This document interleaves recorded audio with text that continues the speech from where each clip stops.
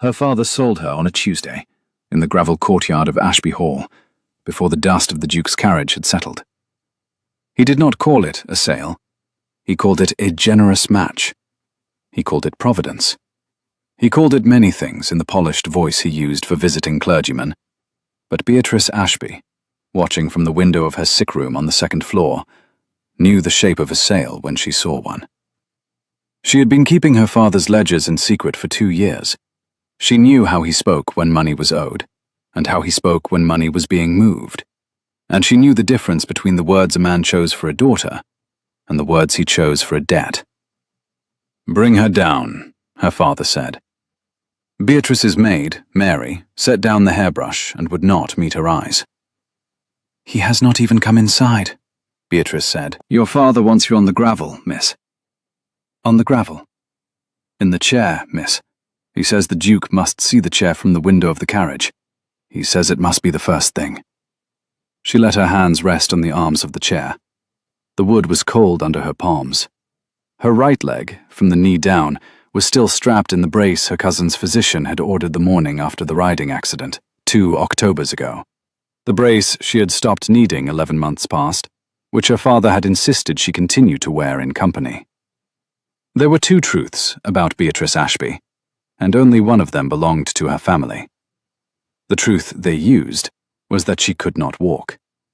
The truth she kept was that she could, slowly, with care, on level ground, for short distances, and that she had been measuring her steps in the locked passage between her sick room and the linen press for nearly a year, while no one was looking. "Mary," she said. "Miss? Has he made you swear anything today?" "Only what I swear every day, miss, that you cannot stand." "Thank you for not making it a longer list." The wheelchair was carried down the staircase by 2 footmen. She held her hands folded in her lap and did not look at the portraits as they passed. Her mother had been removed from the long gallery the year after the accident. A small act, easily explained, but Beatrice had noticed. She noticed many things she was not meant to notice, and she had learned to keep that fact off her face. Her amber silk shawl, the one her mother had left her, slid against the brace as the chair tipped on the landing. She caught it. The footman apologized. She told them not to be concerned. She had learned to apologize to servants for the inconvenience of being carried. It embarrassed everyone less. The autumn air struck her like a thrown sheet of water, colder than she had expected, sharper, brighter. Wood smoke from the kitchen chimney, crushed apples from the cider press, the smell of horses that had been driven hard and not yet rubbed down. She breathed it in and felt, for the first time in 2 years, the precise sensation of being outside her own house. She closed her eyes for a half-second, only that, before she remembered who would be watching, and opened them again. The Duke had not yet stepped down from his carriage. The carriage itself was a thing of restraint, black lacquered, plain at the doors, the Ravenmere crest small enough to be missed from across a yard. A carriage that did not announce itself. 2 greys in matched harness, sweat dark on their necks. A coachman in dark blue. A single outrider holding the leads, not speaking, not looking at the house. They had come fast. They had come fast, and they had not stopped to make themselves presentable, which told her something about the man inside that her father had not understood when choosing him. Her father had positioned himself in the center of the courtyard, his hat in his hand, his smile composed. Her uncle Lionel, the architect, she suspected, of every line of the contract she had not been permitted to read, stood at her father's right shoulder, 2 steps behind. Her cousin Charlotte stood at the door of the house in a peach-colored morning gown that did not suit the weather, watching the carriage door with the expression of a woman who has been promised a play she very much wishes to see. The footman wheeled the chair into position. Beatrice felt the small jar of stones beneath the wheels, the way the chair settled an inch lower at her left side because the gravel had been raked unevenly in haste. She did not adjust herself. She kept her hands folded. "He must come down," her father said, under his breath, to no one. He must come down and look at her and see. The carriage door opened. The Duke of Ravenmere stepped out with the unhurried movement of a man who did not borrow his height from his title. He was tall, broader through the shoulders than the cut of his travelling coat could disguise, and he had the careful, level stride of a man who had spent more hours of his life on his feet than seated. Dark hair, cut shorter than fashion, a face that had been weathered by something other than ballrooms. 28, perhaps. Beatrice was 26, and had stopped being able to estimate ages with confidence after her own had stopped showing on her, and she thought, with a small, foolish flicker of vanity she had not felt in months, that she would have liked to meet him in the year before the accident, when she had still been a girl who walked into rooms. He did not bow at the carriage. He did not bow toward her father. He looked first at the horses, ran a hand once along the nearer grey's neck, said something quiet to the coachman that Beatrice could not hear, but that ended with the man nodding and beginning to unbuckle a cheek strap with relief in his hands. Then, and only then, the Duke turned to the courtyard and took in what had been arranged for him. His eyes did not move first to her father.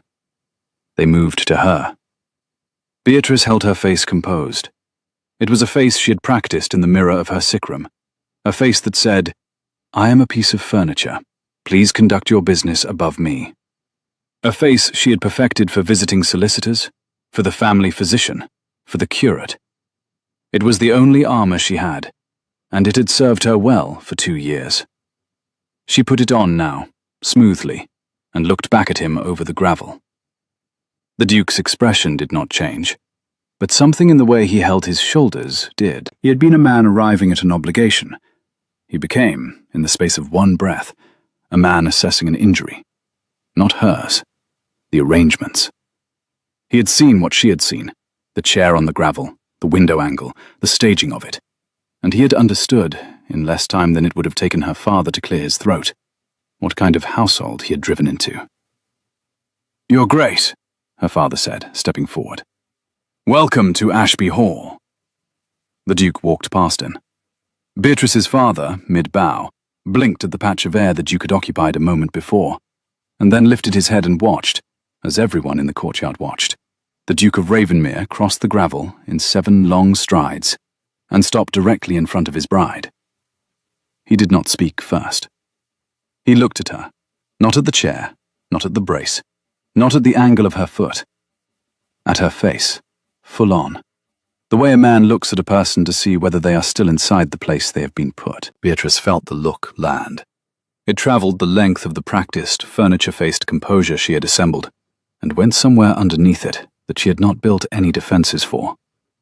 He spoke her name into the quiet courtyard, and she answered him with his title, both voices pitched low enough that only the front rank of footmen could pretend not to hear. "I am late," he said. "I apologize. I would have come yesterday."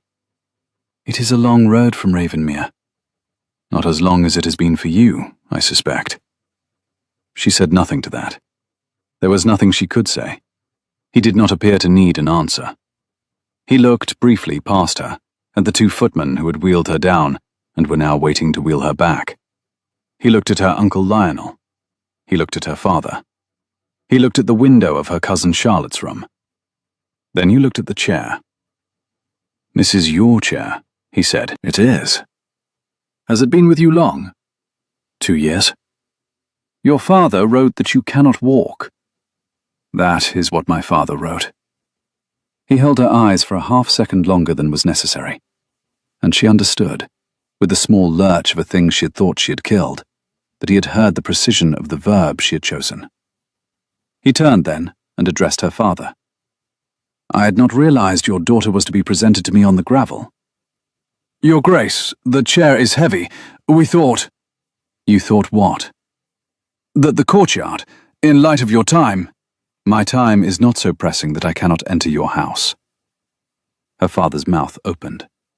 Her Uncle Lionel cleared his throat. "Your Grace," Lionel said, "if we may invite you inside, the contracts—" "Are signed," the Duke said, without looking at him.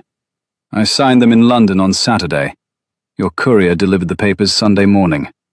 You have my word, your money, and my name upon the document.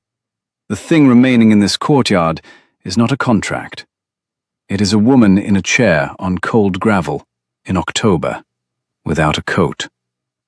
He shrugged out of his travelling coat as he spoke, He did it without ceremony, without the flourish a man would have made of it had he been attempting a gesture. He simply removed it, because it was no longer his, and was now something that needed to be on her shoulders. He stepped behind the chair, draped the coat carefully over her, settling the collar so that it did not press the brace against her skin, and then came back to stand in front of her. The coat smelled of leather and cold horses, and something resinous. Not pomade, not cologne. The kind of smell a man acquires when he spends long days outdoors and brings the weather home in his clothes. It weighed on her shoulders. She had not been warm out of doors in 2 Octobers. She did not allow her eyes to close again. He gave her her name again, and she gave him his title, and the formal exchange was the only fragment of ceremony that the courtyard would receive that morning. "With your permission, I will lift you from this chair and set you in my carriage. We can discuss arrangements on the road." "Your Grace," she said carefully, "I have men who can—" "I do not doubt that you have men who can. I'm asking your permission to do it myself." There was a small, terrible silence in the courtyard. Her father's mouth was still open. Her uncle Lionel was, for the first time since she had met him, not certain what to do with his hands. Charlotte had stepped onto the gravel and stopped, having clearly intended to be helpful in some performance of her own, and discovering, mid-stride, that the script she had imagined was no longer being staged. Beatrice looked up at the man she had married 3 days ago, in a document she had not been allowed to read. "You have it," she said. He bent. He did not bend in the apologetic way men bent over invalids, the half-stoop that signaled both effort and condescension. He bent the way a man bends to lift a thing he respects. One knee on the gravel, no flinch, eyes level with hers. His hand slid under her knees and the other behind her shoulders. He did not jostle the brace. He did not press the bruise along her left ribs that no one in this courtyard knew about except for Mary. He stood, easily, as if she weighed nothing he had not lifted before, and turned, with her in his arms, in front of her father, her uncle, her cousin, the 2 footmen, the coachman, the outrider, the kitchen boy peering from the area steps, and the maid at the linen press window, whom Beatrice could see only because she was being held high enough to see. He carried her across the gravel. She felt the precise distance between his chest and hers. She felt the careful hold beneath her knees that did not allow the hem of her gown to ride up. She felt the steadiness of his stride, which did not adjust to the gravel, because his legs were strong enough that the gravel did not need to be adjusted to. She felt, against her cheek through the fabric of his shirt, the rapid, steady thump of his heartbeat, faster than his face had let her think it was, slower than her own. She kept her eyes on the open carriage door. He spoke her name once he had her settled, and she answered him in the same low tone, and only then did he allow himself the small surprise of remarking on her weight. "You are lighter than I expected." "I have not been outdoors in some time." "That," he said, "is going to change." He set her down on the velvet seat, as if she was something he had been carrying carefully through weather. He arranged the coat around her again. He took her cane from the footman who came forward with it, and laid it across her lap, where she could reach it. Then, only then, he turned to her father in the doorway of the carriage. He addressed her father by name, and her father answered with the title in the wary half-bow of a man who had already lost the morning. "You will send her belongings to Ravenmere by the afternoon coach. Her maid will travel with us. Her physician's notes, all of them, including the originals from 2 years ago, will be in the parcel. If they are not, I will return for them myself. We are clear?" "Your Grace, the celebration." "There will be no celebration today. My wife had prepared. Your wife may keep her preparations. My wife and I are leaving." He stepped up into the carriage, took the seat opposite hers, and pulled the door shut himself. The coachman was already on the box. The horses were already turning. Through the small window of the carriage, as they rolled out of the gravel courtyard of Ashby Hall, Beatrice saw her father, her uncle, her cousin, all standing on the gravel exactly where the chair had been, in the precise positions in which the Duke had left them, as if a stage manager had walked off mid-rehearsal, and taken the only candle. She closed her eyes for the half-second she was permitted, and opened them again. The Duke was watching her. He gave her her name across the carriage, and she gave him his title, and the small ritual seemed to be the way he needed to begin every honest sentence to her. "I owe you an apology already." "Already?" "I was meant to come yesterday. I drove through the night. I did not stop in the village. I came directly because I had a feeling I ought to come directly.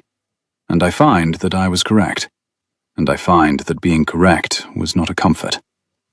Will you forgive the abruptness?" She studied him in the dimness of the carriage. The light from the window cut across his cheekbone and caught the tired skin under his eye. He had been driving since some hour the previous night. He had not stopped to bathe. She could smell the cold of the road on him. He had crossed half a county to be here today instead of tomorrow, and he had done it because he had not trusted what he would find, and he had been right not to trust it. "There is nothing to forgive," she said. "There is a great deal to forgive. Some of it is mine, and some of it is theirs. I will sort which is which on the road." "Your Grace." "Theodore." "Your Grace, my name is Theodore. Theo, when I am tired. Which I am. Which I will likely be for some time. I would prefer that you used it from this afternoon. I do not propose to be an Your Grace to the woman whose chair I have just lifted from a courtyard." She felt the cane in her lap, the warmth of his coat on her shoulders, the carriage rocking gently as the wheels found the harder road beyond the gates. She felt also, beneath all of this, the beginning of a thing she had spent 2 years learning how not to feel. The dangerous, specific clarity of being seen. "Theodore," she said. "Beatrice, I will need to tell you several things on this road." "I expected as much." "They will not all be pleasant." "I did not expect that they would." She drew his coat more closely around her, and looked out of the window at the autumn fields she had not seen since the morning of her riding accident, and felt the brace against her right knee, and felt also, with the precision of a woman who had been practicing the calculation in secret for nearly a year, exactly where her foot would land if she chose, on some quieter day than this one, to set it down on a road of her own. "We will start," she said, "with the contract." Ravenmere was 3 hours by carriage, if the roads were dry. They were not, in places. The ruts north of the river were soft from a week of rain. But the Duke's coachman knew the line of the dry middle, and held it.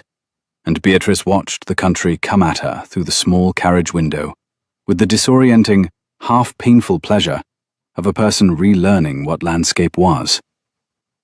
She had known she would have to speak. She had not expected that he would let her speak in her own time.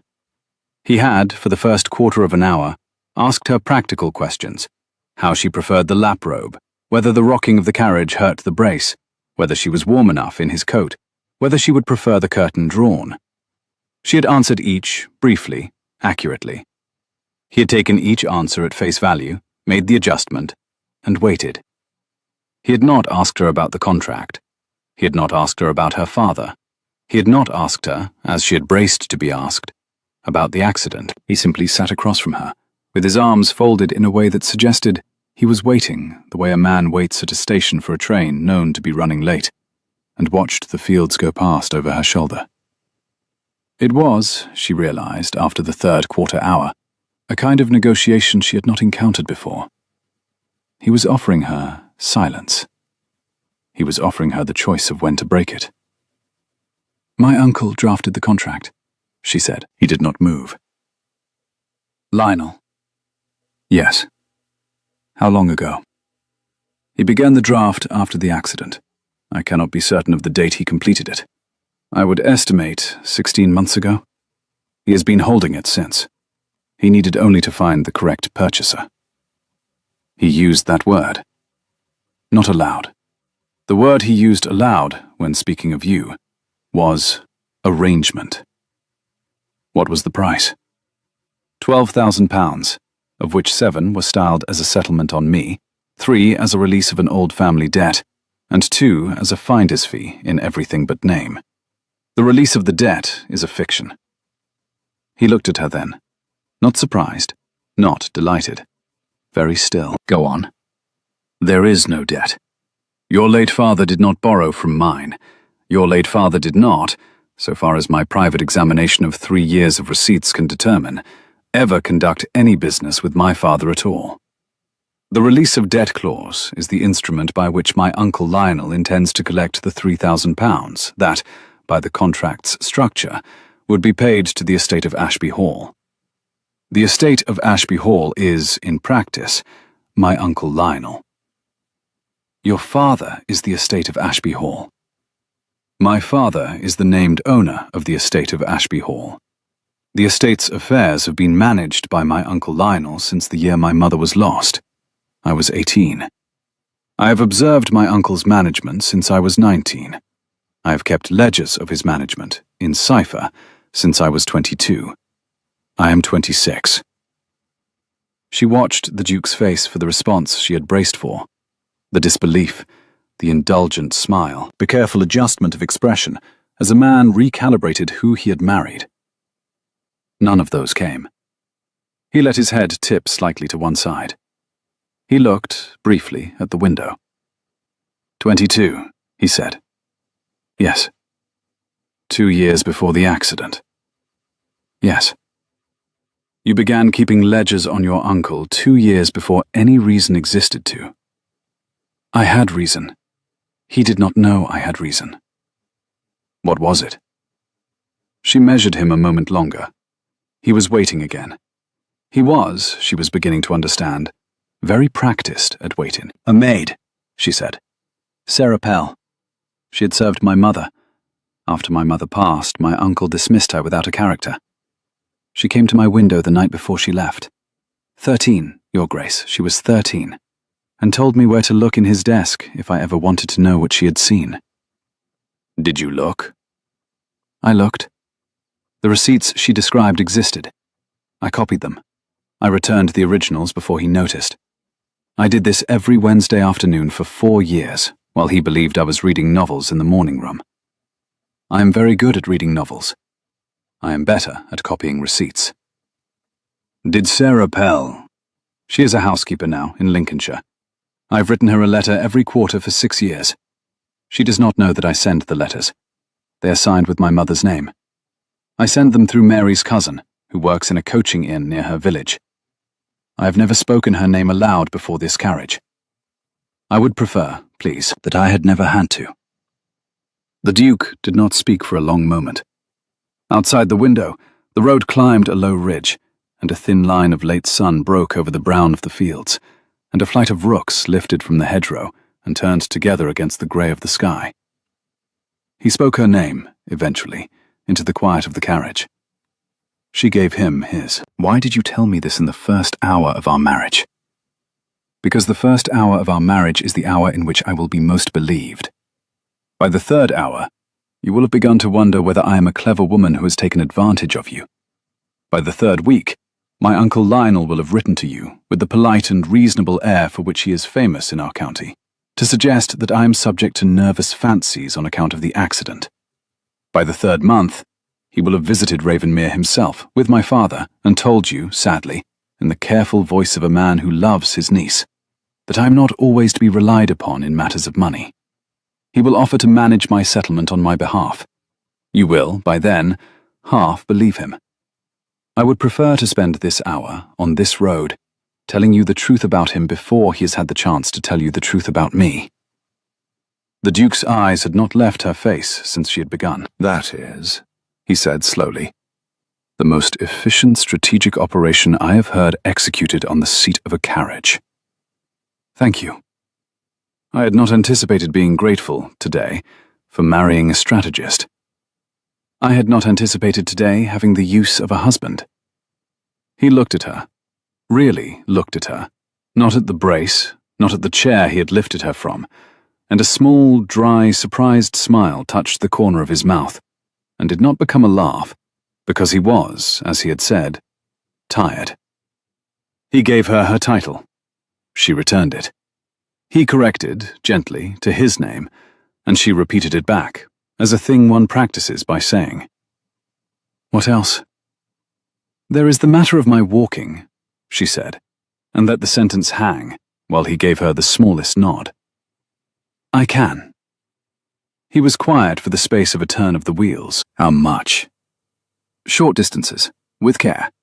I've not walked in front of a member of my family since the August before last. They do not know."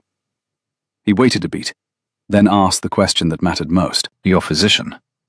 "My physician is paid, and has been paid for some time, to confirm the brace. He has not examined me in 14 months. The last examination, when he found the bone had healed, occurred without my uncle present. I asked him not to write a report. He did not. He is a kind man, and an old one, and he is afraid of my uncle."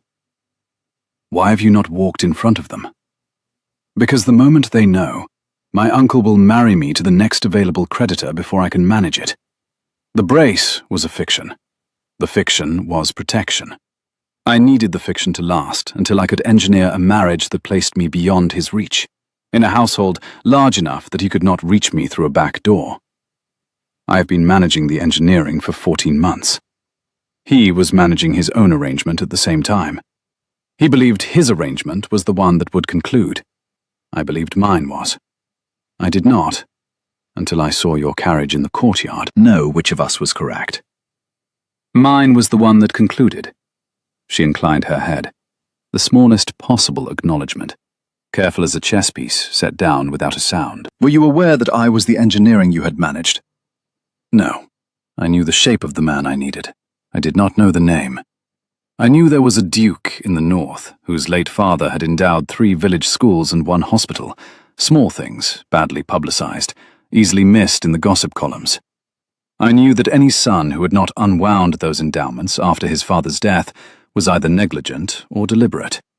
I read the records of the endowments in the parish reports my father took. I made some inquiries through Mary's cousin. I formed the impression that you were deliberate. That is a great deal of inquiry for a woman whose physician was not allowed to examine her. I had a great deal of time." He was silent for a moment, and then he laughed, a short, low, genuinely surprised laugh that filled the dim carriage and was gone again. It was the first he had laughed all day, perhaps the first he had laughed in some longer time, and he looked, after, briefly embarrassed at himself. He looked back at her, with the embarrassment subsiding into something steadier, the careful, level attention of a man who had decided he was going to spend the next quarter hour being told the rest of it. "I have been deliberately negligent of nothing in my life. I would like that to remain the case. I would like, therefore, to know what you intend to do." She thought about it. She had thought about it for 14 months, but she had thought about it as a woman alone in a sick room thinks about a thing she will execute alone. She had not thought about it as a woman speaking with a husband in a carriage on a road. The latter was an unfamiliar register. She found that the calculations simplified rather than complicated. "I intend to take Ashby Hall away from my uncle," she said, "without taking it from my father. I intend to walk the length of your library before Christmas, and then the length of your gallery by Easter, and then, if it can be arranged, the length of a quiet road in the spring. I intend to give you a household worthy of the name your father did not unwind, and to be myself worthy of being, at some unhurried point in our acquaintance, your wife in fact as well as in document. I intend to do all of this without becoming a burden to you in any of the ways my father has trained me to expect to be a burden. I intend, finally, to stop wearing this brace, in a place where no one will use the wearing or the not wearing as currency." He sat very still. "That," he said, "is more than I had been told to expect from a wife." "I am sorry." "Do not be." "I will not be." He let the silence hold for a moment longer. Then he reached across the carriage, slowly, and laid his hand, palm up, on the seat between them. He did not speak immediately. He simply waited, with the open hand on the velvet, the way one waits for a hesitant horse to come to a held bridle. "This is a road. You are tired. I am tired. We have a great deal more to discuss. I do not propose that we discuss it now. I propose, instead, that you put your hand here, not as a gesture, as a fact, so that when you fall asleep in the next half hour, and you will, you have not been outside in 2 years and your color is changing, I can know precisely where your hand is, and not jot it. We can resume the strategic operation when you wake." She looked at the hand. It was a large, square hand, the back of it crossed with a faint scar, running from the base of the first knuckle to the wrist. A working hand. A hand that had, 2 hours earlier, lifted her from a chair on cold gravel without disturbing a brace. She put her hand into it. He closed his fingers around hers. Not tight, not possessive. The closure of a man latching a gate against a wind, and rested their joined hands on the seat. He did not speak again. He looked out of the window and let her not speak. She did not, in fact, fall asleep in the next half hour. She fell asleep within 4 minutes. When she woke, with the carriage stopped in the courtyard of Ravenmere and the autumn light gone almost orange in the western sky, his hand was still around hers, and he was sitting forward to spare her the angle of the cushion, and the brace had not, in 3 hours of road, pressed once against her bruised knee. Ravenmere was not what she had been told to expect. She had been told, by her uncle, to expect a great cold cathedral of a house, the seat of a man too proud to remarry after his first wife's death, kept by a skeleton staff, run on a strict bell. She had been told this by a man who had never been to Ravenmere and had no source for the information beyond his desire to deliver his niece into an austerity that would render her grateful.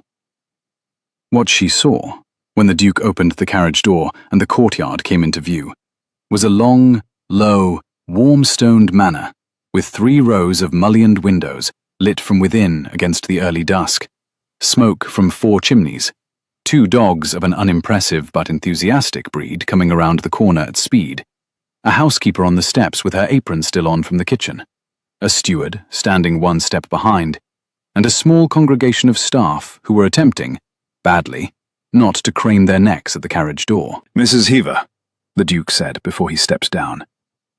"This is my wife, Lady Beatrice. Her maid will arrive on the afternoon coach with her belongings. Until then she will need everything. Hot water, a fire in the rose room, not the green, the rose. Soup, not a meal. Send for Dr. Wykeham in the morning, not this evening. She is not to be examined tonight. I will carry her in." The housekeeper, round-faced, perhaps 50, eyes sharp under the practiced calm of a woman who had managed a great house for 30 years, said only, "Your Grace," and turned, before he had finished speaking, to set the orders moving. The Duke stepped down. He did not, this time, ask Beatrice's permission. He stood at the open carriage door and held out his arms in the precise, quiet way of a man whose request has already been made. She allowed herself, on this second lifting, to look up at him. The light from the lanterns over the door fell across his face. He was tireder than he had been in the courtyard at Ashby Hall. He had not slept since some hour she could not place. He had carried her 3 hours in his attention, as well as in his arms. She said his name, quietly enough that only he could hear, and he answered with hers, and waited. "You may put me down inside. Not in the carriage, not in the courtyard. Inside." He nodded once. He lifted her a second time, in the courtyard of Ravenmere, in front of 2 dogs and a small congregation of staff, and carried her up the 3 shallow steps and through the broad oak door, and into a hall that smelled of beeswax and applewood, and the particular, gentle dust of a house that has been lived in continuously for 200 years. He set her, as she had asked, just inside the threshold, on a settle by the door. Not in the chair the housekeeper had brought, not in the wheeled thing the steward had appeared with, on a settle, with cushions. He arranged the cushions. He took her cane and laid it across the settle within reach. "Mrs. Heaver will take you to the rose room," he said. "She will not require you to climb stairs. There is a sedan in the back passage that has not been used since my mother had her ankle in plaster, the year before we lost her. It is in good condition. Mrs. Heaver has arranged it." She began to protest, half-formed, The rest of an evening she had assumed he would expect. I am going to wash, eat something that is not ham from a saddlebag, and write 3 letters before I sleep. The first will be to your father, restating what I said in the courtyard in writing. The second will be to your uncle, requesting from him, in the politest possible terms, every paper he holds related to the alleged release of debt. The third will be to my own steward in London, who will receive his instructions for the next month before midnight. You will be asleep, I hope, before I have finished the second letter. You cannot. I can, Beatrice. I have done it before. Less interestingly. He looked at her for a beat longer than he needed to. Then he straightened, gave her the dry, brief, surprised half-smile that he had given her in the carriage, and turned to the housekeeper, who was waiting at the precise distance of a woman who had heard every word and would not betray a single one with a flicker. He turned to the housekeeper. My wife is to have anything she asks for. She is also to have several things she will not ask for. Use your judgment. Mrs. Heaver bowed her head fractionally, the closest thing to a vow Beatrice had ever seen a housekeeper deliver in a hallway. He left. In the Rose Room, an hour later, washed, fed broth and bread, propped against 3 pillows of the wrong size that Mrs. Heaver was already replacing, Beatrice lay in a vast, unfamiliar bed, under a vast, unfamiliar canopy, and stared at the painted ceiling beam where a flight of small wooden swallows had been carved by a craftsman who had clearly been showing off. She listened to the unfamiliar house. She listened to the murmur, somewhere through 2 walls and a passage, of a man's voice dictating letters in a measured tone. She thought, he has not been a husband to me. He has not, in any of the ways a husband would have been within his rights to be, behaved as a husband. He has been a stranger of considerable competence, who has lifted me from a courtyard, and then arranged for me to be left alone to rest. She thought, I have, in the matter of a marriage I did not choose, accidentally chosen extremely well. She thought, I will sleep until morning, and I will begin tomorrow by walking, slowly, with care, on level ground, for short distances, across the floor of the Rose Room, to the window, where I will see whatever weather the morning brings. I will choose what he sees of that, and when. I will choose. I have not chosen, in the matter of my own legs, for 2 years. She closed her eyes. She slept. She did not wake until 10 the following morning, which was longer than she had slept at one stretch in 18 months. And the first thing she saw, when she opened her eyes, was a small bowl of late autumn roses on the windowsill, yellow at their cores, edged with a faint, tired pink. And beneath them, on a folded slip of cream paper, in a strong, square hand, the word, Walk when you are ready. T. She walked. She walked from the bed to the window. 6 steps, with the cane, slowly. The carpet was thicker than she had grown used to at Ashby Hall, and the cane sank into it more than she had expected. But she made the 6 steps without letting the brace take her weight. The brace was loose this morning. She had loosened it herself before sleeping, and Mary, arriving from Ashby Hall on the evening coach, as the Duke had stipulated, had not been told to tighten it again.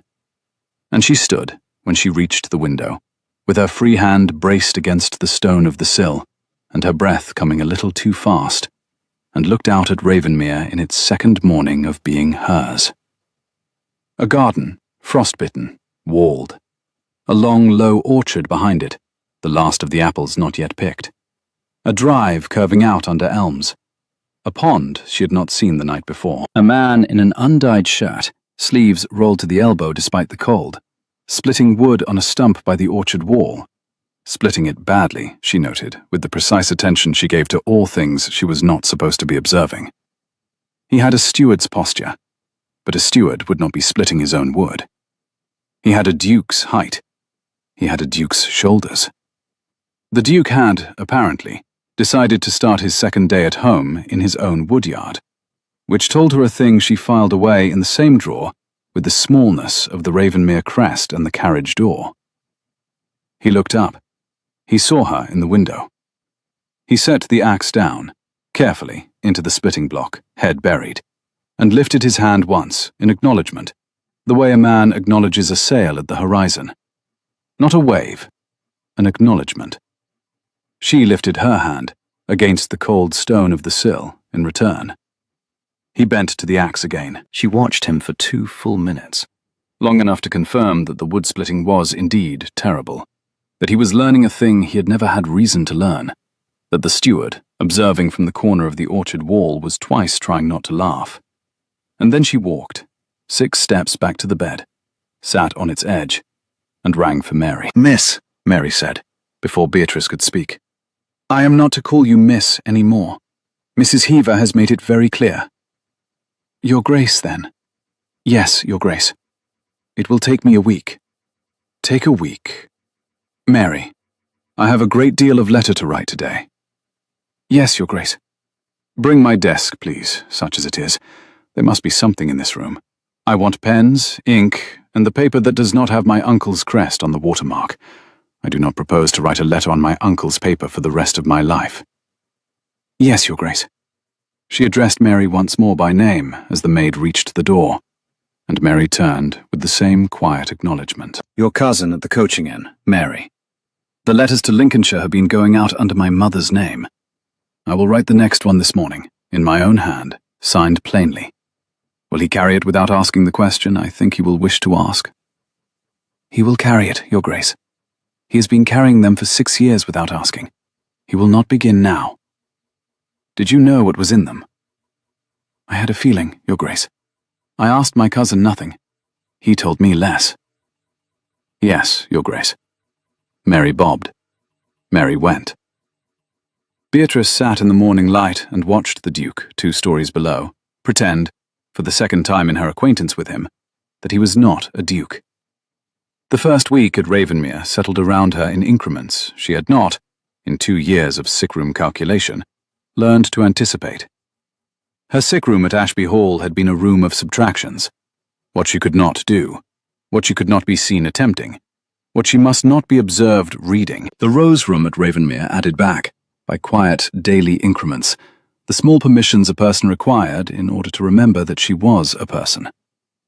Mrs. Heaver brought her hot water at 6, before the household stirred, because Beatrice had mentioned, only once, that mornings had been the hour at which she had felt most like herself, and Mrs. Heaver, who had taken in this fact at the same instant she had taken in the question of which fire to lay first, had adjusted the schedule of 3 under-housemaids to ensure that hot water arrived at the Rose Room door at 6 precisely.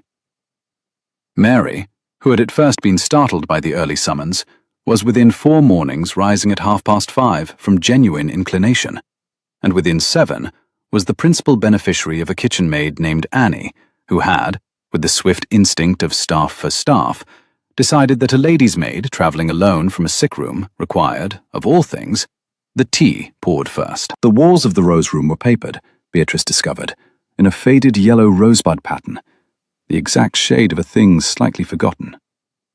The ceiling was beamed with the small wooden swallows.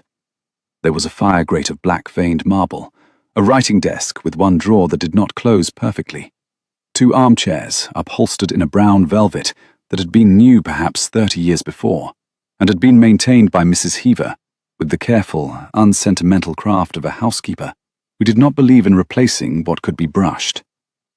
There was a window seat, with cushions that had been slept on by, at minimum, 6 dogs across 2 generations. A writing slope of inlaid walnut, a small bookshelf of indifferent novels that someone had clearly assembled at random, for the comfort of a guest who might want a novel without thinking too hard about which one. There were no portraits. There was a single mirror, oval, mounted at the height of a standing woman, set into the wall opposite the bed, in such a position that anyone seated in the bed would not, by accident, look up and find herself there. Beatrice noted the mirror's placement with the particular attention she reserved for kindnesses that had been thought through.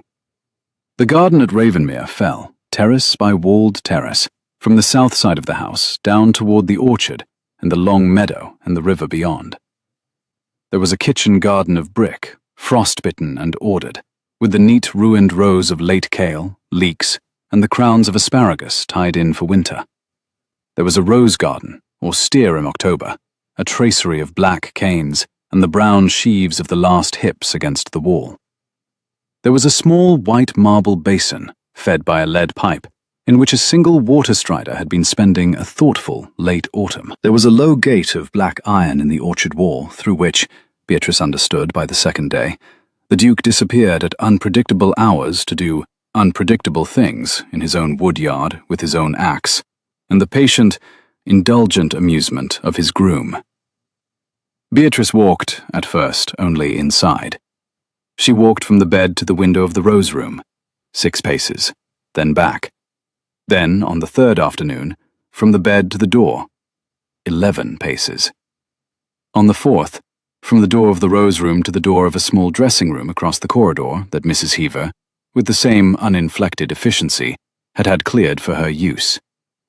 Then, by the 7th day, the corridor itself, from the rose room door to the head of the back stairs, a distance of 42 paces, which she walked twice before sitting down on the upper step and laughing, very quietly, into her own sleeve, because she had not in 2 years walked 42 consecutive paces, and had now walked 84. Mary, who watched all of this from the doorway of the rose room with her arms folded into her apron and her face very carefully held, did not cry.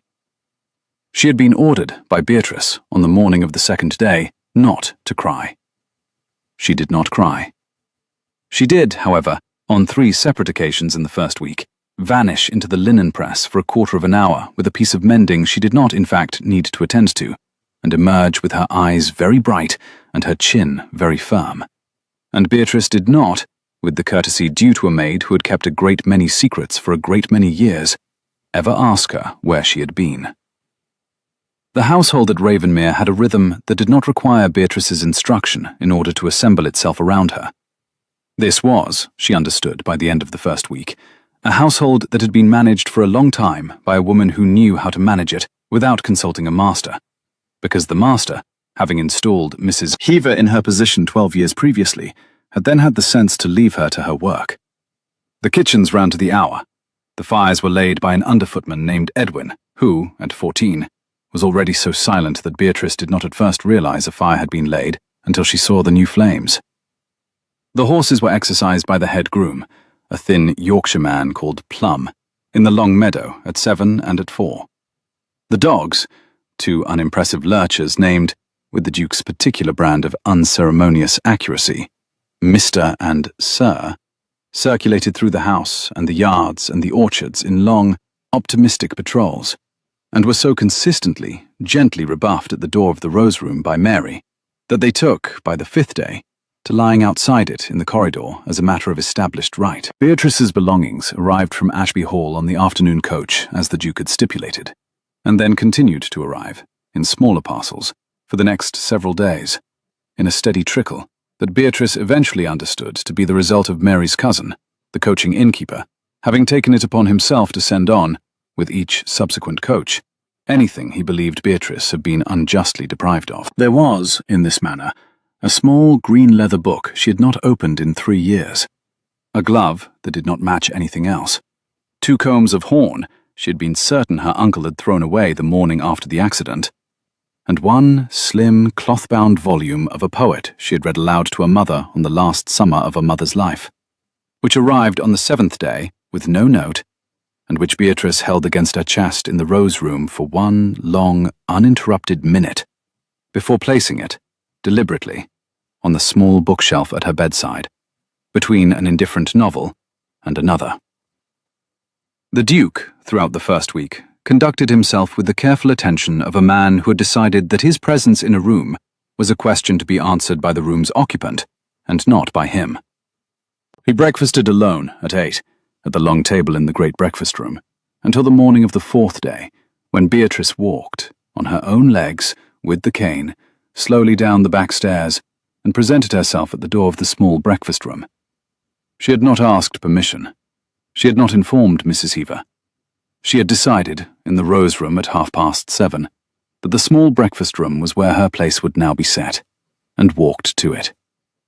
Mrs. Heaver, who had been waiting in the corridor outside the great breakfast room, with the expressionless competence of a woman who had foreseen every eventuality, redirected the morning's coffee in the time it took Beatrice to lower herself into the window-seat chair. The Duke, when he came in at 8 as usual, stopped for the precise space of one breath at the door of the great breakfast room, registered the empty table, glanced down the corridor, registered the new arrangement, and walked, without comment, into the small breakfast room, where he sat opposite his wife at the window seat and asked, very calmly, whether she preferred her toast pale or dark.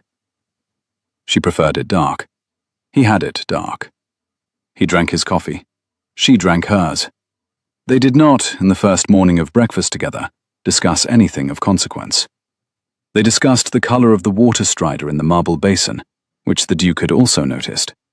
They discussed the swallows in the ceiling beams of the rose room, which he had not seen since boyhood. They discussed, with the careful attention of two people who had agreed without speaking to begin with the easiest possible weather, the difference between Yorkshire bread and Hampshire bread, on which the Duke had unexpectedly firm opinions. They did not, that morning, discuss the contracts, the uncle, the brace, the chair, the courtyard, the lifting, or the question that had been laid, 3 days earlier, in the dim carriage between them in the form of a hand on a velvet seat. After breakfast, on the 4th day, and on every day after, the Duke took his correspondence to a chair he had drawn into the long passage outside the rose room, where he could sit with his pencil and his envelopes within hearing distance of any sound she might make, and yet not, by his presence, oblige her to acknowledge him. Beatrice, who had not been protected by anyone since her mother had been alive, and who had therefore not, in 8 years, been able to distinguish protection from supervision, took 2 full days to recognize that what was happening in the long passage was protection. On the 3rd day, she wrote, on a small piece of cream paper from the writing desk, in her own clean hand, the words, "I have observed, and I am grateful," and slid the paper, folded once, beneath the door. He did not, at any point, refer to it.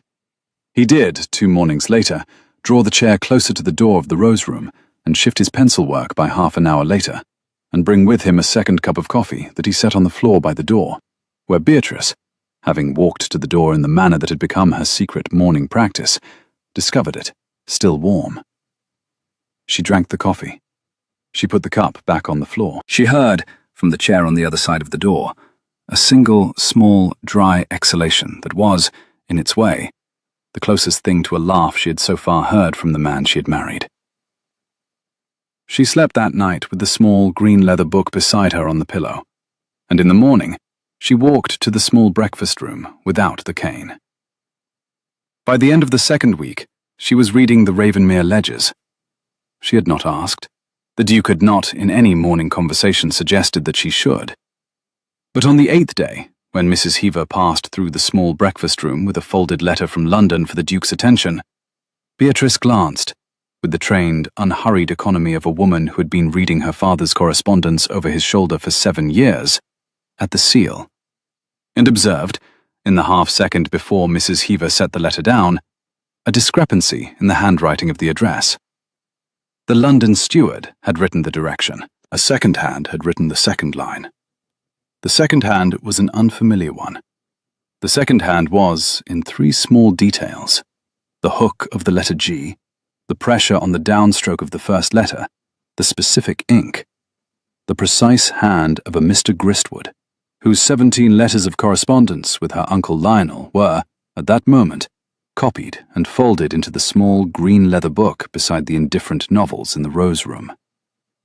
She did not, at the breakfast table, allow her face to register what she had seen. She finished her toast. She finished her coffee.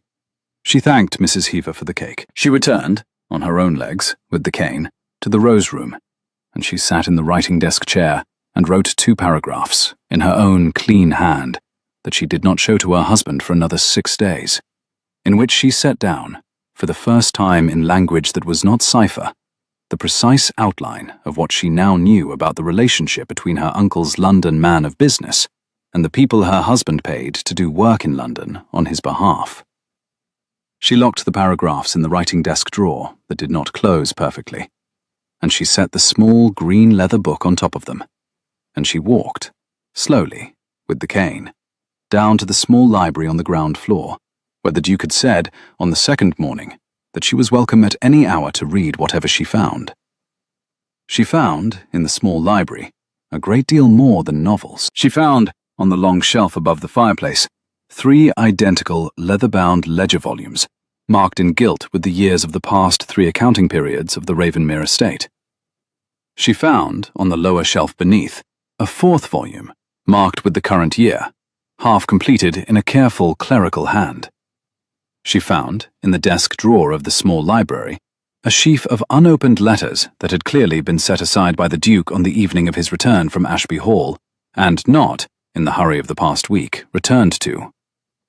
She found, on a side table, a copy of The Improvement of the Estate, in which the Duke had marked passages in pencil with a precise, intelligent hand. She found, on the windowsill, a small carved wooden horse with 1 ear missing, which had clearly been set down there by a child a long time before, and which had clearly not, in any of the years since, been moved. She did not ask, that afternoon, to take the ledgers up to the Rose Room. She asked the housekeeper instead, on her way back through the corridor, whether there was a small writing desk that could be brought down to the small library for the use of a guest, and Mrs. Heaver, who was by now beginning to read Beatrice's questions with a degree of accuracy that Beatrice found gratifying, said only that there was a serviceable rosewood desk in the upstairs sewing room, and that it would be in the small library by the afternoon. It was. By the afternoon, Beatrice had moved the small green leather book and a fresh quire of paper to the desk by the window, had pulled down the current year's Ravenmere ledger, and had begun, in pencil, on the right-hand sheet of the quire, the precise side-by-side comparison that she had been preparing in her head, in the locked passage of her sick room at Ashby Hall, for the better part of a month. The Duke, coming in from the woodyard at 4 with sawdust on his sleeves, looked once into the small library, registered the desk, registered the book, registered the wife, did not enter, and did not comment.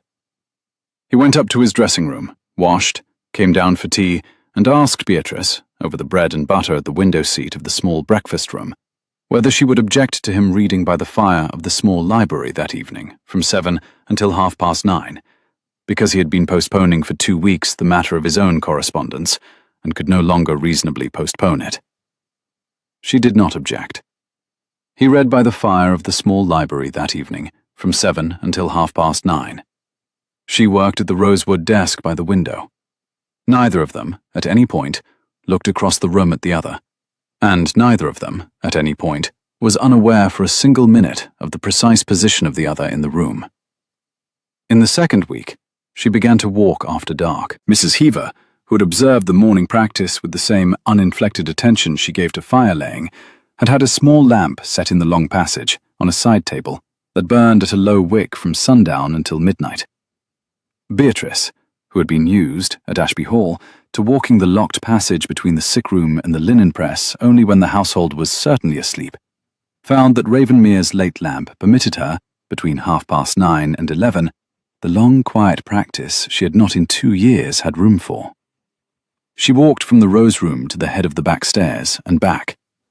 She walked, on the 11th night, from the Rose Room to the small library door, 104 paces. She walked, on the 12th night, the same 104 paces, and then, very carefully, opened the small library door, and walked the further 14 paces to the rosewood desk by the window, and sat down, in the dark, in her own working chair, and laid her cane across her lap, and listened to the absolute, particular silence of a country library after the fire has gone out.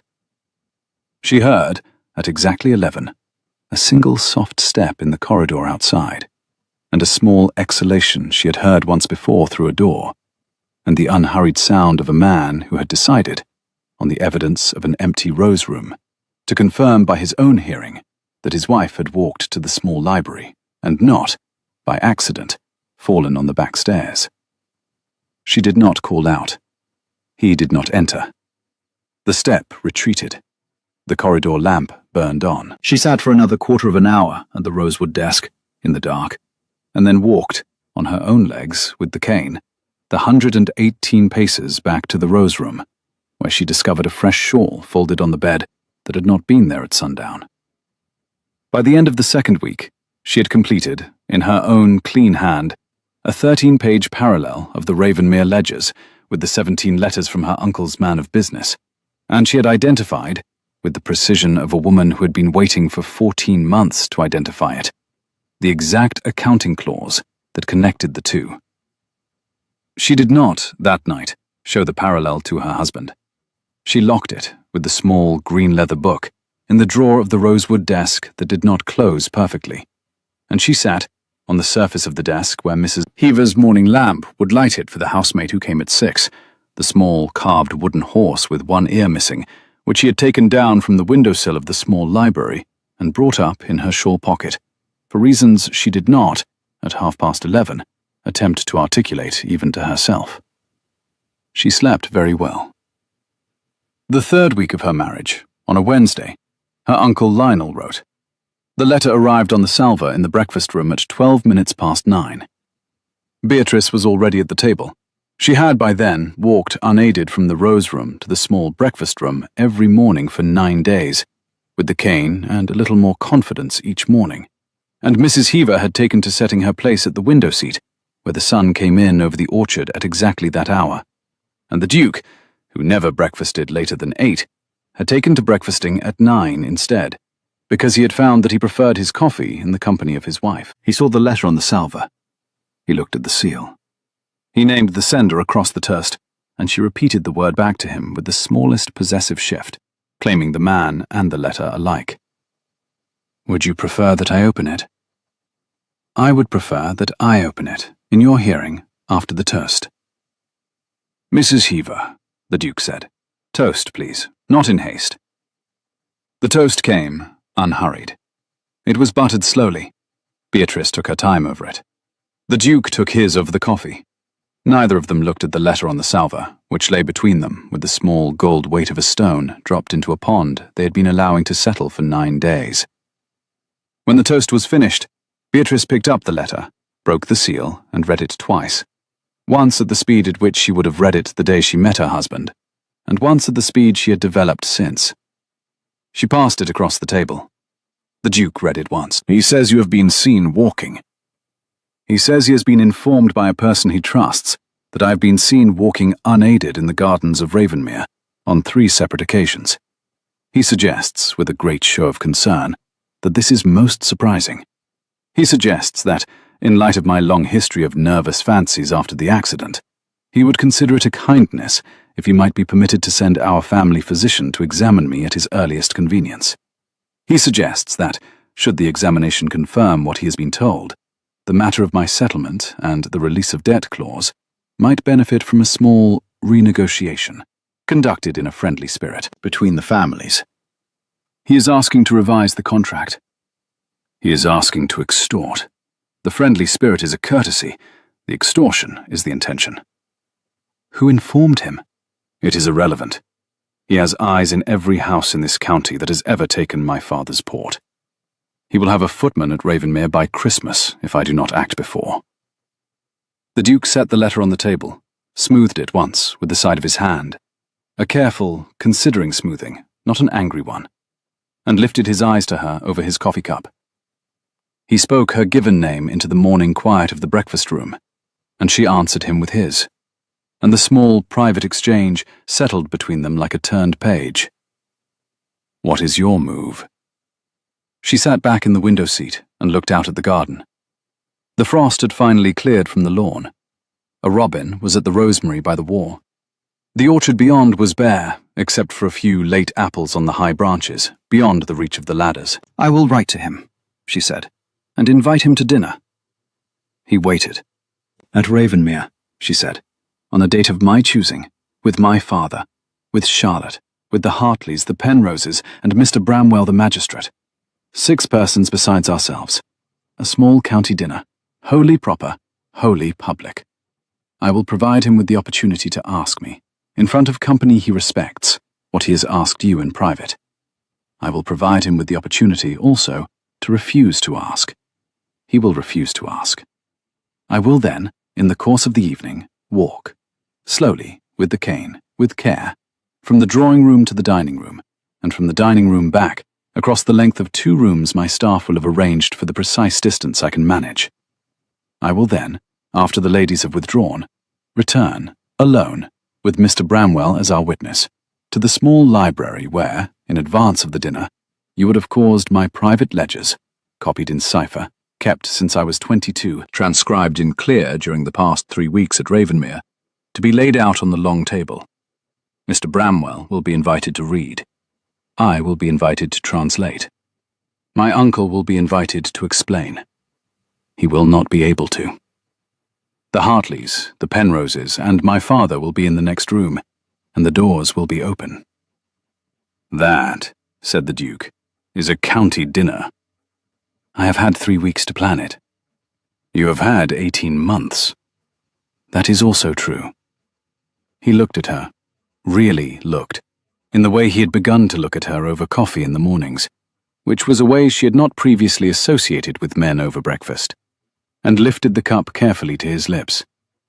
He set the cup down again before he answered, with the kind of deliberation he gave to all small public commitments. I will host this dinner. I had not doubted it.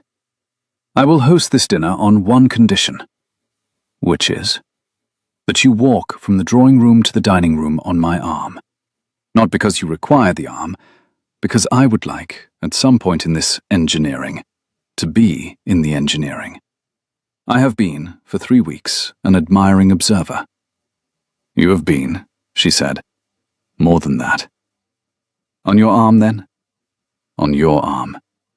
Date: the Friday after next, 11 days. I will need 3 days of rehearsal in the rooms. I will need Mary, Mrs. Heaver, and your steward. I will not need you in the rehearsal, because if you are present in the rehearsal, you will become anxious, and if you are anxious on the night, you will hover, and if you hover, Mr. Bramwell will notice, and if Mr. Bramwell notices, his testimony is less useful. You have considered me. I have considered everyone. I am very pleased that I am marrying my wife. You married your wife 3 weeks ago. I am marrying her continuously, Beatrice. It is what one does, evidently, on receipt of evidence. She did not answer that. She did not look at him. She looked down at her toast, which she had finished, and at her hands, which were calmer than she had expected. She felt, distantly, as if she had been handed the weight of a small bird and asked to carry it across a courtyard without dropping it. She wrote the letter to her uncle that afternoon. She wrote it, deliberately, in the soft and slightly anxious tone of the niece he had raised, the tone he expected, the tone he would not question, the tone that would arrive at his desk with the small fragrance of his own success around it. She thanked him for his concern. She acknowledged that she had been, since the accident, perhaps overprotected by her family. She said that she was now, with the help of her husband and his kind staff, attempting some small recovery of strength.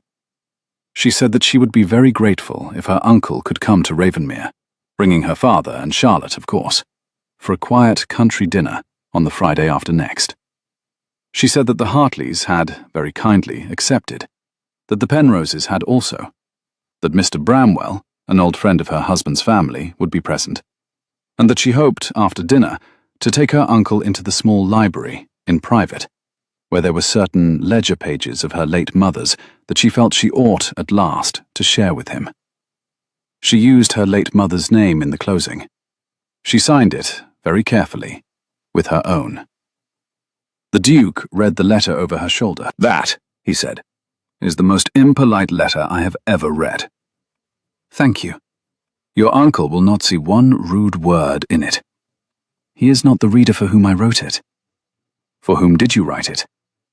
For Mr. Bramwell, who I will allow to read it on the night, after the ledgers, as the closing piece of evidence.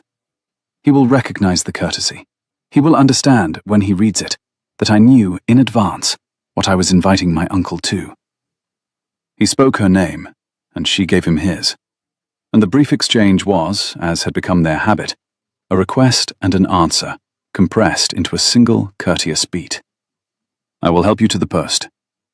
He did. He walked beside her, slowly, on the gravel path that ran from the front door to the post villa, which she had practiced the day before, and she went on his arm for the precise practical reason that the gravel was uneven, and she wanted to be unseen when she stumbled, and not for the reason her mouth had given her, which was that she liked the feel of the wool of his coat under her fingers, more than she had given herself permission in 18 months to like the feel of anything.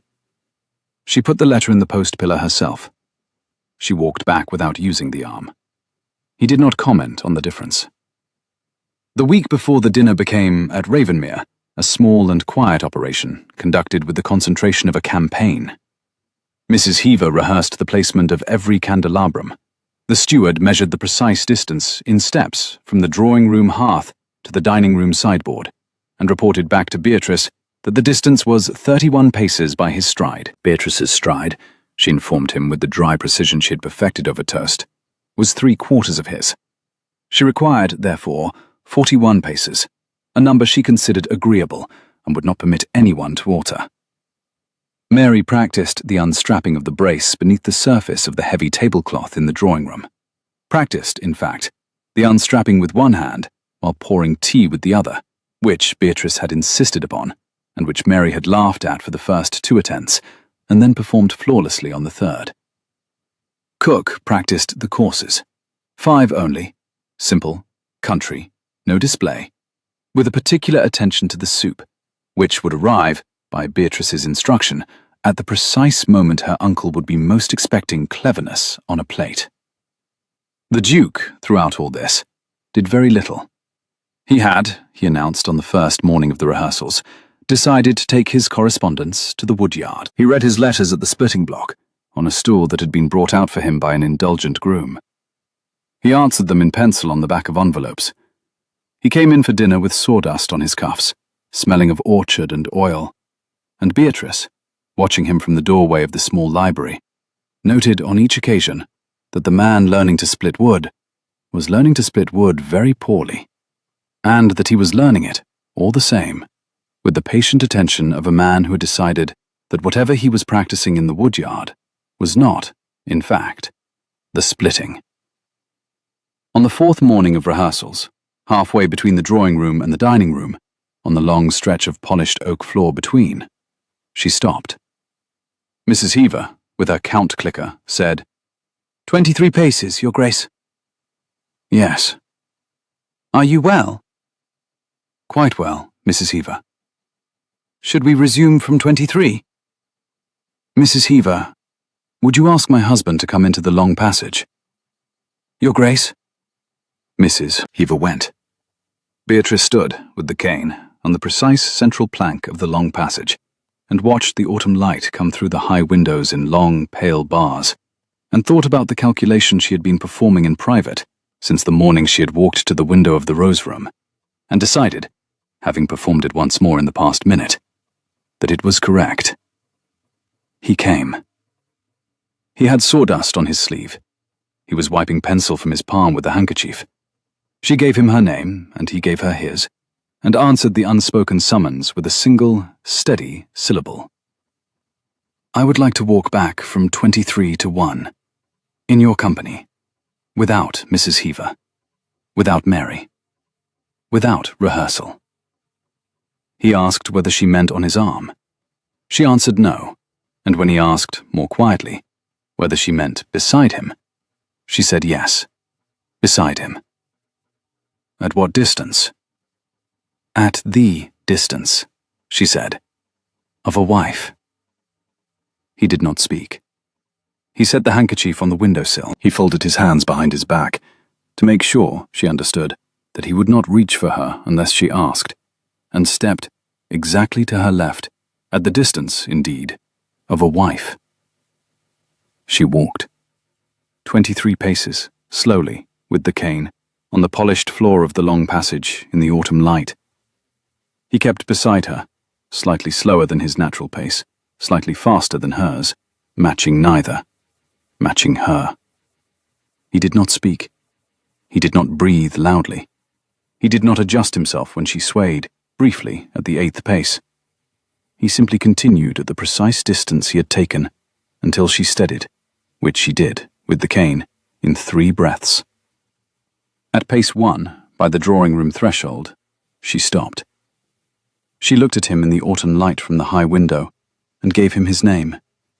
He answered with hers, and waited for whatever she was going to say. I would have managed it without you, I know. I preferred the managing of it with you. I know. I thought you should be told. I am very glad to have been told. He did not move. She did not move. The autumn sun came through the high window. Mrs. Heaver, somewhere down the passage, was studiously busy with a candelabrum she did not need to be busy with. Mary, at the dining room door, had not turned to look. The whole house was conducting itself, with the considered tact of a house that had been learning its mistress for 3 weeks, as if it had not seen anything at all. He raised his hand. He did not touch her face. He laid the back of his fingers against the inside of her wrist, where the cane sat in her grip, and let it rest there for the space of 3 beats. 3 deliberate beats. The kind of touch a man uses when he has decided in advance the duration he will permit himself. Then he stepped away. "Tea," he said evenly. "In the drawing room. We resume from 23 after." "Yes." He spoke her name once more on the threshold, and she gave him his, and the brief mutual address closed the small ceremony of the morning's walk. "You are walking very well today." "Thank you." "I would like, on a quieter day than this one, to ask you a question."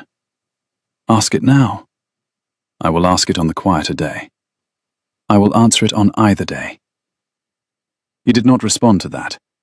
He went down the passage, ahead of her, to the drawing room, where Mrs. Heaver, miraculously, had tea ready. Beatrice walked the remaining 23 paces back, alone, at her own speed, and found, when she reached the drawing room threshold, that she was breathing harder than she had been breathing for any other reason in the past 3 weeks. She did not, that night, sleep until late. She lay in the rose-room bed and counted, in the dark, the precise number of times the back of his fingers had touched the inside of her wrist, and the precise number of beats they had stayed there, and the precise number of inches he had stood from her on the polished floor of the long passage in the autumn light, and discovered that, for the first time in 2 years, the inventory she was keeping was an inventory of a thing that had happened to her body that she wanted to remember. The Friday of the dinner arrived in a thin, late October fog that broke before noon into a quiet, low autumn sun. Her uncle's carriage came into the courtyard at 6. Her father's came directly behind it. Charlotte stepped down in a gown the colour of cream, chosen, Beatrice noted, for visibility against the dark wood of the hall, and looked at the staff arranged on the steps with the small, brittle smile of a woman who had been promised a different play. The Duke had arranged the staff himself. He was at the door, not on the steps, in his own coat, the dark green one, well cut but not formal, the coat of a man who had decided not to dress to impress his guests. He had Beatrice on his arm. She was in her amber silk, the shawl that had been her mother's, now made up into a gown by a London dressmaker the Duke had sent for in the 2nd week, and the brace beneath the gown was unstrapped. She had not strapped it that morning. She had walked, at her own pace, from the rose room to the hall, 6 minutes earlier than was necessary, on her own legs, with the cane beside her husband. "Mr. Ashby," the Duke said. "Mr. Ashby. Miss Ashby." Beatrice's father said, "Your Grace." Her Uncle Lionel said, "Your Grace, Lady Beatrice, we are so glad." "You are most welcome," the Duke said. "Please come in. The Hartleys are already here. Mr. Bramwell is in the small library, looking at something Lady Beatrice has wished to show him before the others arrive." Her uncle's smile faltered for a beat. He recovered. "In the library? Already?" "At my wife's invitation. She and Mr. Bramwell have been corresponding, quietly, since the 2nd week of our marriage." "Have they?" "They have. He is, as you know, an old friend of my late father's. He has been, at my wife's request, conducting a small correspondence with her on certain old matters relating to the family." Her Uncle Lionel did, then, in the doorway of Ravenmere, the small thing that Beatrice had spent 18 months waiting to see him do. He turned his face, very slightly, to Charlotte. And Charlotte, who had been instructed by him for 2 years to monitor every alteration in his expression, blinked once. The blink was the confirmation. "Lady Beatrice," he said. "How very—" How very strong you appear today." "Thank you, Uncle." "You are walking?" "On occasion." "A miracle of recovery. Was it sudden?" "It has been, dear Uncle, a slow and considered recovery, conducted privately, over a longer period than my family has perhaps been told. I did not wish to be congratulated on the steps before I had taken them. My husband and Mrs. Heaver have been very kind. The Ravenmere staff, as you will see, have not asked me a single inappropriate question. I find that the recovery of a woman's strength happens more readily in an environment where it is not, every morning, in question." That is a wonderful sentiment." "It is not a sentiment, Uncle. It is an observation." Well, of course. We must celebrate." "We will. Please, come in. The Hartleys are at the fire. Mr. Bramwell will join us before the soup." She walked, at the Duke's left side, into her own house. Mr. Bramwell, the magistrate, joined them between the soup and the fish, with a small, dry apology for his lateness, and a small, dry compliment for the Duchess on the soup. He was, as the Duke had said, an old friend of the late Duke's, a thin, alert, white-haired man, with the manner of a country lawyer who had spent 30 years quietly disbelieving most of what he had been told. He sat at Beatrice's right hand. He did not look at her uncle at all during the soup. He looked instead at her father, with an expression of polite, intent, gentle attention that Beatrice recognized from the magistrate's bench as the look he wore when listening to an account he had already been given a different version of. Her father drank his soup in silence. The fish came. The mutton came. Charlotte, deprived of an audience, attempted 3 different anecdotes and was politely, briefly, interested in by Mrs. Hartley, who then turned her attention back to the soup tureen. The Penroses spoke of a parish boundary. The Duke, at the head of the table, spoke very little. He watched, with the steady, level attention he had brought to her courtyard, the entire arrangement of his table. Her uncle Lionel, twice, attempted to draw the conversation toward the matter he had come to draw it toward. Twice, Beatrice did not allow him. The first time, he said, "Your Grace, if I may, the matter of the settlement. There are, we feel, some small clarifications that would benefit—" "Uncle," Beatrice said, gently, "we have agreed not to discuss settlements at the table. Mr. Bramwell, will you have a little more of the mutton?" The second time, he said, "Lady Beatrice, perhaps after dinner." "Uncle, after dinner, I have asked Mr. Bramwell to join me in the small library. You are very welcome to join us. My father, also. Charlotte may wait with the ladies. We will be only a quarter hour. Mr. Bramwell, you are content?" "Entirely, Your Grace." The mutton was finished. Charlotte, who had been instructed, before leaving Ashby Hall, to remain in any room her uncle remained in, glanced at Lionel for guidance. Lionel did not look back. The ladies withdrew.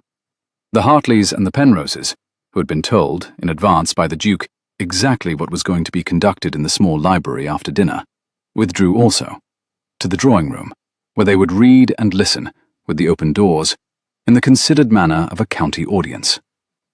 Mr. Bramwell, Beatrice's father, her uncle Lionel, the Duke, and Beatrice walked the short corridor to the small library. Beatrice walked with the cane. The Duke walked beside her, at the distance of a wife. Her father walked behind, slowly, as a man walks who has not, perhaps, slept the previous night. Her uncle walked very precisely indeed, like a man who has discovered that the carriage he is riding in is not the carriage he expected, and is calculating, in real time, the distance to the next station. The small library was warm. The long table had been laid by Mrs. Heaver in the morning, with 13 leather-bound ledgers, 3 loose bundles tied with green ribbon, 4 envelopes addressed in Beatrice's mother's hand, and 1 envelope addressed in Sarah Pell's. 2 candelabra, a decanter the Duke had not opened, 3 glasses he had not poured. Mr. Bramwell, without ceremony, sat down at the head of the table and put on the spectacles he wore for ledgers. Beatrice, with the cane, took her position at the side. The Duke stood behind her, close enough that she could feel him, far enough that he did not crowd her elbow. Her father took the chair opposite. Her uncle, after a fractional hesitation, in which he was clearly weighing an exit through the long window, took the remaining chair. Beatrice opened the first ledger. Mr. Bramwell, these ledgers are mine. The earliest entry is dated June the 3rd, when I was 22. They are kept in a cipher of my own devising, which I will explain to you as we proceed. The cipher is not difficult. I devised it when I was a girl. I had time. Mr. Bramwell nodded. The originals from which I copied, the receipts, the correspondence, the rent rolls of Ashby Hall, were and are in my uncle's desk in the library at Ashby Hall. I returned each original after copying. My uncle has not, to my knowledge, noticed that any of his papers have ever left their drawer. Beatrice, her uncle said, very softly. What is? Uncle, I am speaking to Mr. Bramwell. You will have your turn. Mr. Bramwell raised one hand without looking at Lionel. Lionel closed his mouth. In particular, Mr. Bramwell, I would like to direct your attention to the entries relating to the Ravenmere release of debt clause, inserted into my marriage contract by my uncle in February of last year. The clause asserts a debt of £3,000, owed by the late Duke of Ravenmere to my late grandfather, which my marriage to the present Duke is alleged to release. There is no such debt. There is no entry in any ledger of Ashby Hall, kept by my uncle or by anyone else, that records a single transaction with the late Duke of Ravenmere in any year. There is, however, she turned a page, a remarkable correspondence, beginning in March of last year, between my uncle and a London man of business named Gristwood, in which the proposed £3,000 is, in fact, allocated, in advance of any contract being signed, to the discharge of my uncle's personal debts to the firm of Vinder and Carmody. I have copies of 17 letters of this correspondence. I have copies of the Vinder and Carmody receipts. I have, additionally, copies of the personal accounts of Mr. Gristwood, obtained through a clerk at his firm whose conscience was greater than his loyalty. I have, in short, a complete record of the use to which my uncle had intended to put the £3,000, before the Duke had ever seen the contract. The clause is a fiction. It is also a forgery. And the forgery is in my uncle's hand. She set the page down. Mr. Bramwell, would you be so good as to read? Mr. Bramwell read. He read in silence, without expression, for a quarter of an hour. He turned each page deliberately. He glanced twice at Lionel, not in accusation, in the patient, professional manner of a magistrate confirming, point by point, the precise location of the rope around a man's ankle. Her uncle Lionel did not speak. He sat, very still, in his chair. His hands rested on his knees. His knuckles were white. His face, Beatrice noted dispassionately, was the precise grey of the sky over Ashby Hall on the morning of her riding accident. Her father. Beatrice did not look at her father immediately. When she did, she found him sitting forward, both hands pressed flat to the table, looking not at the ledgers, not at his brother, but at her. His mouth was not entirely steady. His eyes, very pale eyes that she had not looked into in 2 years, were on her face with the particular attention of a man looking at his own daughter, for what he is realizing was the first time in a long while. Mr. Bramwell finished. He removed his spectacles. He folded them. He laid them on the closed ledger. Lady Beatrice. Mr. Bramwell. This is, in my long professional view, an unusually complete case. Thank you. I will require to take possession of these papers, with your permission, for the purposes of preparing the appropriate proceedings. You have my permission. Mr. Lionel Ashby. Her uncle, with great care, lifted his face. Mr. Bramwell. You have, sir, the right to consult counsel. I would advise you to consult competent counsel, and to consult them tonight. I would advise you, additionally, against attempting to leave the county before Tuesday. Lionel stood. He stood slowly. He looked at Beatrice, at her face, full on, for the first time since she had been 17 perhaps, at her eyes, which were her mother's exactly, which he had not, perhaps, allowed himself to notice for as long as he had been managing her father's affairs. "Beatrice." "Uncle." "How long," he said very quietly, "have you been planning this?" "Since you dismissed Sarah Pell, Uncle." Sarah Pell was a maid. She was 13. He held her eyes for another half-second.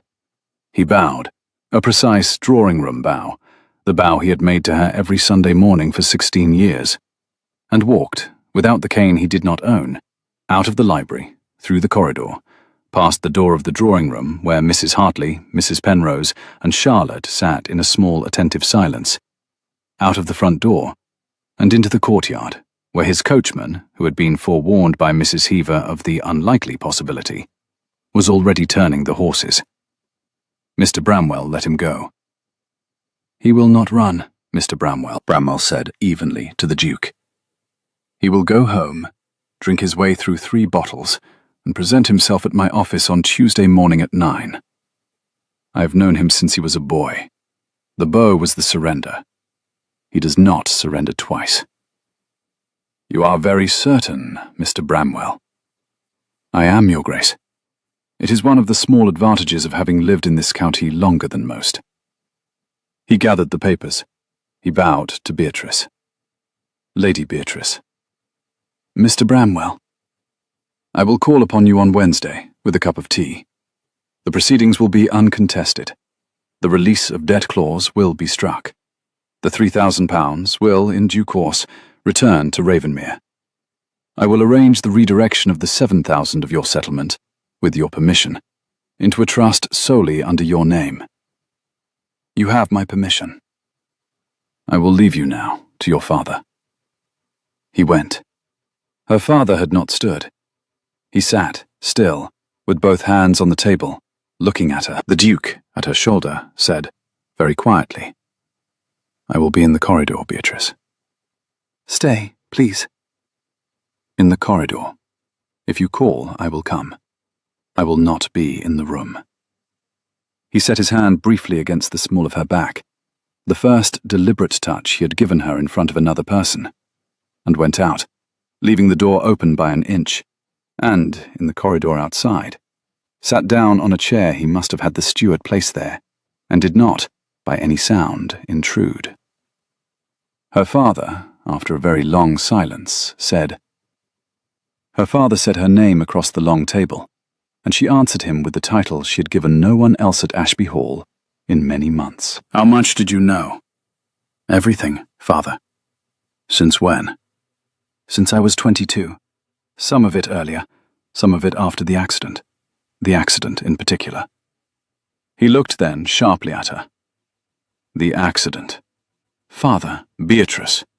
What about the accident?" "It does not matter now. Charlotte was a girl. She was envious. She was 20. Uncle Lionel, who knew that the marriage of an unmarried niece would inconvenience his arrangements at Ashby, did not quite discourage what she planned. None of them quite discouraged it. You did not, father, know that they had not discouraged it. I have always known that you did not know.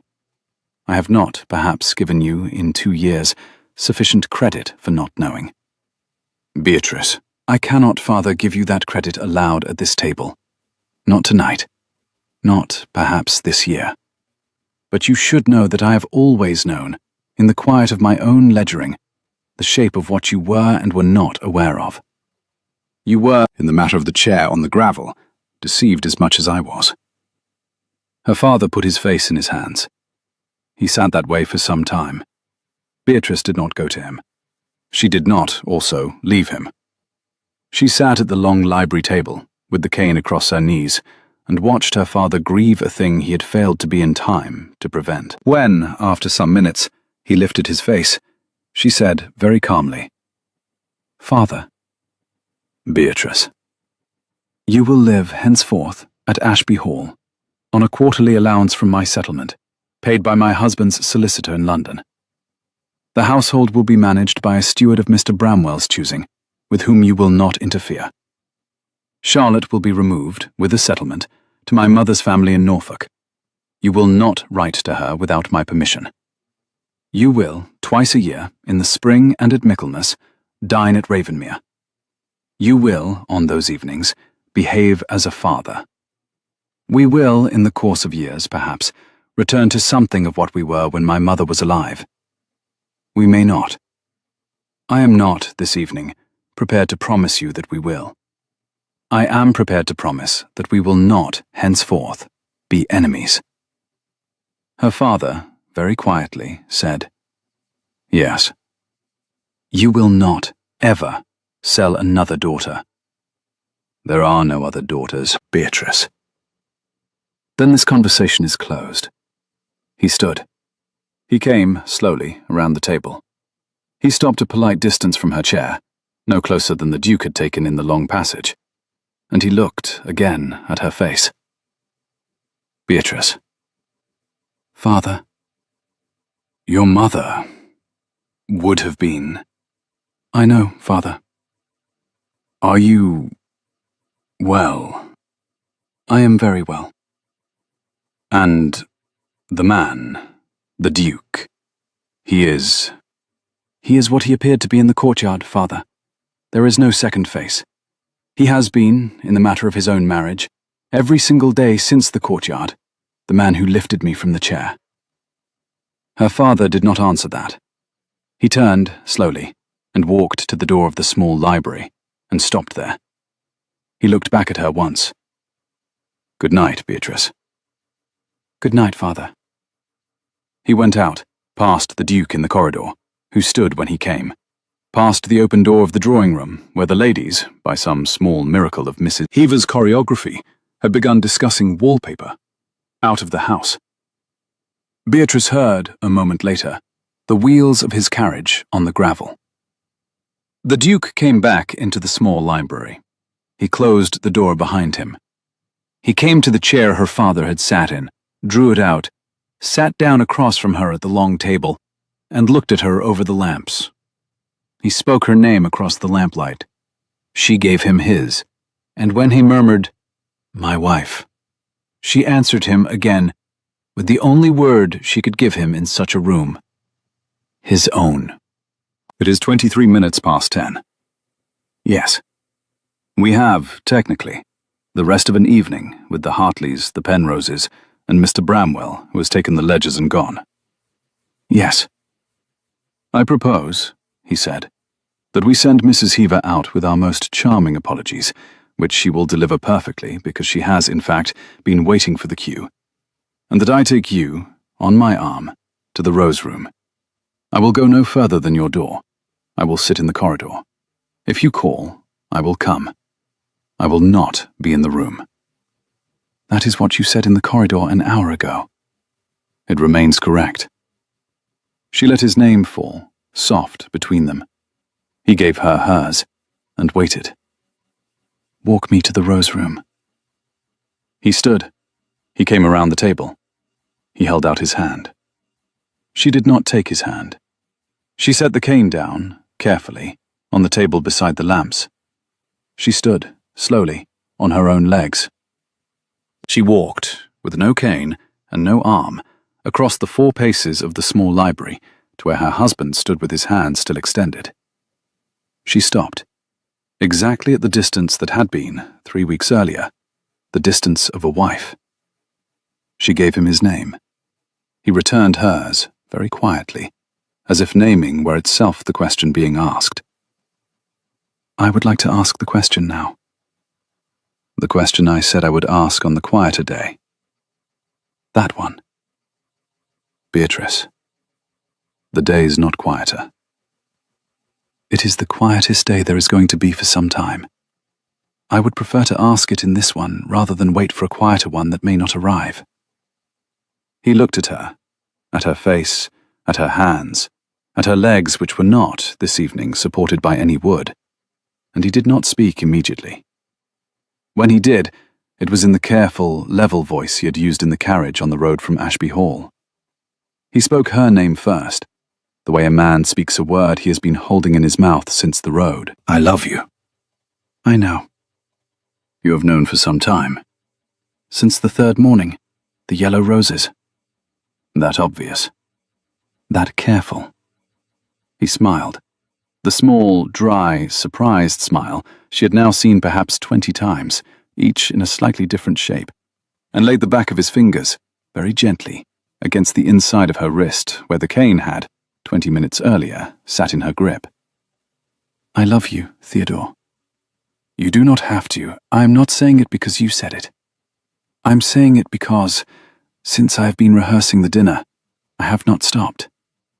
I have rehearsed the precise distance I would say it from. I have rehearsed the precise tone. I have rehearsed the precise hour. I have rehearsed it badly. I have, in fact, rehearsed it, for the first time in my life, without privately accounting it as a thing I would later have to recover from.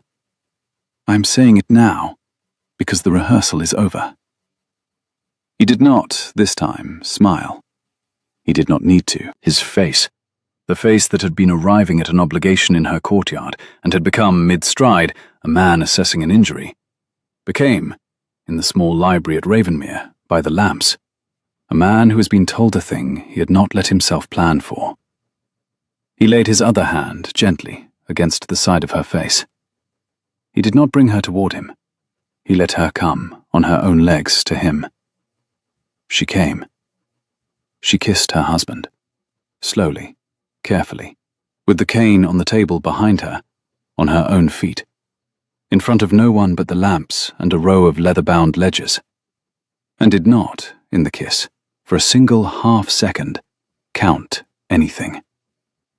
He did not, after, lift her. He walked beside her, at the distance of a wife, all the way along the corridor, all the way through the warm hall, all the way up the shallow stairs of Ravenmere, slowly, with care, on level ground, for short distances, to the door of the Rose Room, where he kissed her again, briefly, on the temple, and then, exactly as he had said he would, sat down in a chair in the corridor. He stayed in the corridor. She slept very well.